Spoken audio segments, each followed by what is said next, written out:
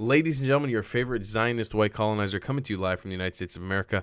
We've got an urgent news update from Donald Trump. I'm Tall, the traveling clat. Let's take a look. It seems like the man has had it with the Islamic regime of Iran.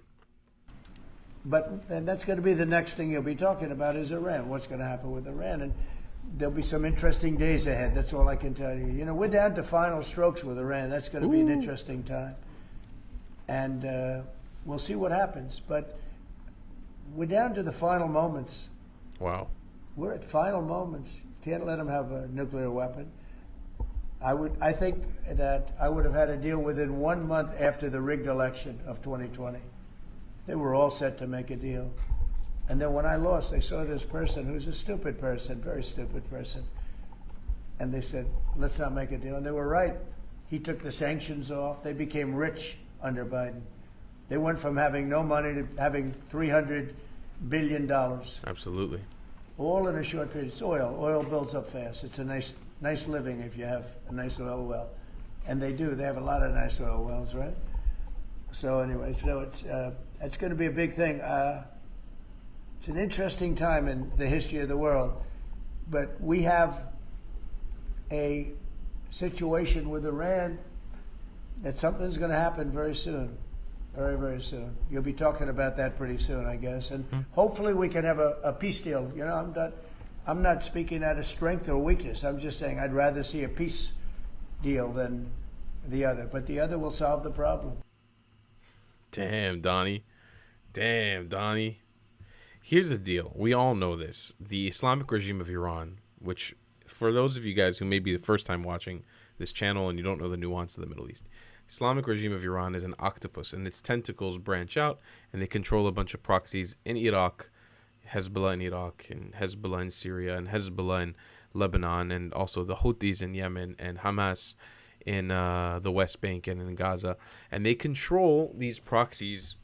I'm not saying that these proxies don't act independently of Iran, because they do, but Iran sort of sits at the top and undermines democracies, or not democracies, but undermines governments in the Middle East, tries to sow chaos through its Islamic dominant Arab supremacist mindset, which doesn't even really make sense because the Persians are not Arabs, they're Arabized, and they're not even really Arabs, but they see themselves as the descendants of Muhammad in some weird stretch of Shia imaginative. It's crazy. It's really a crazy stretch of non-imaginate bullshittery that's very hard to understand. And if you dig into it, I've really sat down and watched hours of video trying to understand the history of Iran and Islamic colonization that happened. All I can say is just the way that the Arabs colonized and destroyed the fabric of Persian society is just, that's how you get to the point where we're at right now. It's just horrible. It's horrible what this country has been through. And it seems like Trump has had enough. You know, Trump, since he stepped into the office, he's tried using his strong arm to break these proxies and to make them capitulate to his will. And I even think at a certain element, Donald Trump underestimated how fucking stupid these proxies can be and how fucking stupid the Islamic regime of Iran can be. I mean, these Islamic supremacists are willing to do World War III. They're willing to go nuclear. They're willing to suicide over this because they are that fucking stupid. They know that they're going to lose. They know they don't stand a chance, and they're still willing to do it for what, at a certain point, you have to wonder. You really have to wonder. They've never won anything. They've never succeeded in anything. They've never really done anything for the global humanity. All they do is set back all of us to the Stone Age. That's all they do consistently. And this is, I'm not going to have to say this again, but I'm assuming that this video is going to do very well. So I don't want to make a major generalization against every Muslim and every Arab, because it's not what I'm saying. You guys know how much I love Arabs and how much I love Muslims. But the reality is, as a generalization, the Muslim and Arab world are a leech on society at the moment. They aren't helping humanity progress. All they're doing is setting all of us back with the violence, with the chaos, with the religious supremacy, with the racism, with the ethnic supremacy. I mean, for those of you guys who don't know this, maybe your first time hearing this or understanding this, Arabs and Muslims are extremely racist. Extremely racist. How do I know? Ask my family, who, by my color skin, you would say I'm an Arab, right? My whole family comes from Iraq. But no, we were ethnically cleansed because we had a differing religion. Because at one point we became the target. And it's the same thing that Christians go through, Zoroastrians go through, Assyrians go through, Mandeans go through, Coptic people go through, all across the Middle East and North Africa. We don't get a say in this supremacist system. We just get to suffer. And then the people in the West and these stupid college students in Colombia get to stand on the streets with kafiyas and go, free, free Palestine, while literally supporting a genocidal supremacist movement. As supremacist as white supremacy. Very much so. I would even say a couple degrees way worse because of how violent and active it is. Arab supremacy is a real cancer to the Middle East and North Africa and to the world today. And Iran directly controls that. Iran directly plays into that. Iran directly emboldens these proxy groups to keep acting in this manner. So we're sitting in a place right now where it seems like Donald Trump has had fucking enough. He's like, I'm done. I'll try to make a peace deal with you guys, but there's only so much a Trump can take. There's only so much a gangster can take before we got to take action. And I still think that this rhetoric is still a threat and not direct action. I'm sure a million times over that there's multiple plans. I mean, there's been already some leaked conversations about plans. Israel's going to be doing the main brunt of the work with U.S. backing. I mean, we know. We're gonna make the Islamic regime of Iran's dreams come true by giving them what they want. You know, they refer to Israel as the small devil and America as the big devil, and they're finally going to get their cooperative devils, their shaitans, attacking them at once if they don't cut their bullshit, which it seems like they won't.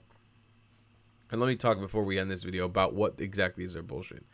They're continuing to press on with enriching their uranium in order to try to create a nuclear weapon as fast as possible. That needs to be halted, and that's what America is really trying to halt right now. They do not deserve, they should not have a nuclear weapon. Nobody wants this. Yes, Israel should have a nuclear weapon, and Iran should not have a nuclear weapon.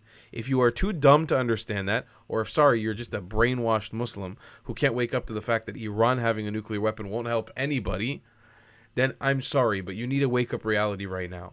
Just because you're a Muslim doesn't mean you need to support the Islamic regime of Iran having a nuclear weapon. Neither should you support Palestine having a nuclear weapon, or Lebanon, or Yemen. But God bless, we are very, very far away from that, considering Yemen lives in the Stone Age, because they keep bombing themselves, and they keep egging on first world nations to bomb them, as they are literally the most flailing country in Asia, and the poorest country in the region, the poorest Arab country in the world. But yet they have billions of dollars to keep producing ballistic missiles and firing them at a country they've never had a war with. Just make it make sense. Make one part of the Arab world at the moment, make it make sense. Just one. Yet Israel gets all the condemnations in the UN. I digress. Iran, besides stopping this uranium production and trying to create a nuclear weapon, they're also emboldening these proxies. They keep supporting the Houthis to keep attacking American ships and other shipping lines across the Mediterranean, including Israeli ships, and now they're threatening to attack Israeli flights or flights that are going to and from Israel. And in addition to this, they're also emboldening and supporting Hezbollah, even though they're having a lot of a harder time since HTS has taken over Syria. They're not able to get that supply route from Iran to Syria to Lebanon, so that whole route has been cut off, and their main proxy now for Hezbollah is in Iraq. And even in Iraq, they're kind of being rejected by the Iraqi people, which is kind of cool to see the Iraqi people doing one thing right in their history, finally stepping up to the plate. And I'm not giving them too much credit. I'm Iraqi, I'm allowed to say this. My people are completely they're just no fabric of decency left in Iraq. But at least there's one thing they can I can say they're doing good, which is outright rejecting Shia supremacy in Iraq and kind of going back to their roots. And they keep emboldening Hamas in the West Bank and in Gaza to fire weapons, probably supporting them with money. The whole Hamas influencer program, that's probably all funded deeply by Iran. And the main core of this probably comes from China and Russia originally, but that rabbit hole has always been kind of hard for me to follow. But in reality, that's probably who's paying the bills here. So we got a shit show. Who knows what's going to happen? World War III, nuclear war, end of shipping, end of electricity, EMPs. who knows where we're heading. All I can say, it's going to be one hell of a fucking ride.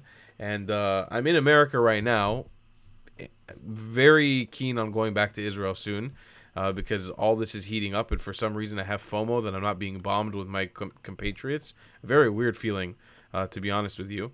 But I'm being just completely honest. It's weird that I'm not running to a bomb shelter as my friends and family do.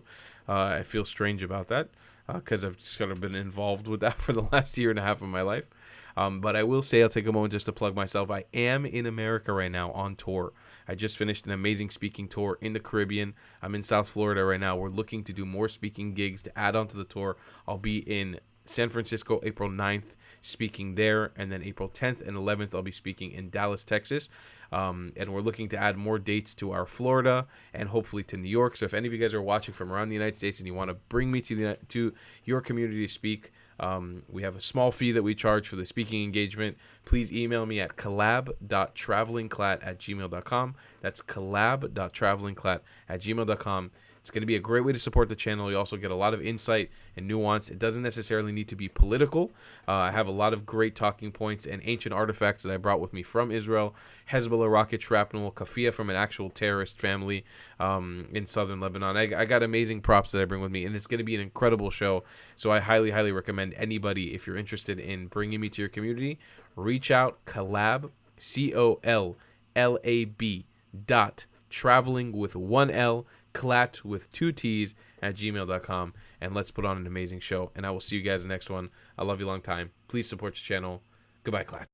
If you believe in my content and want to support me, just know your help is needed. There's a bunch of great ways to support me, being PayPal, Buy Me a Coffee, or joining my Patreon community down below. Patreon is the best way to support my channel, and you'll get a bunch of cool perks depending on what tier you join. Another great way to support me is by buying my merchandise on thetravelingclat.com. I regularly drop new merch designs like this beautiful hat or this amazing shirt, where you can support the channel and get something cool for yourself. I also have an amazing Discord community with people from all over the world. Thank you so much for your support.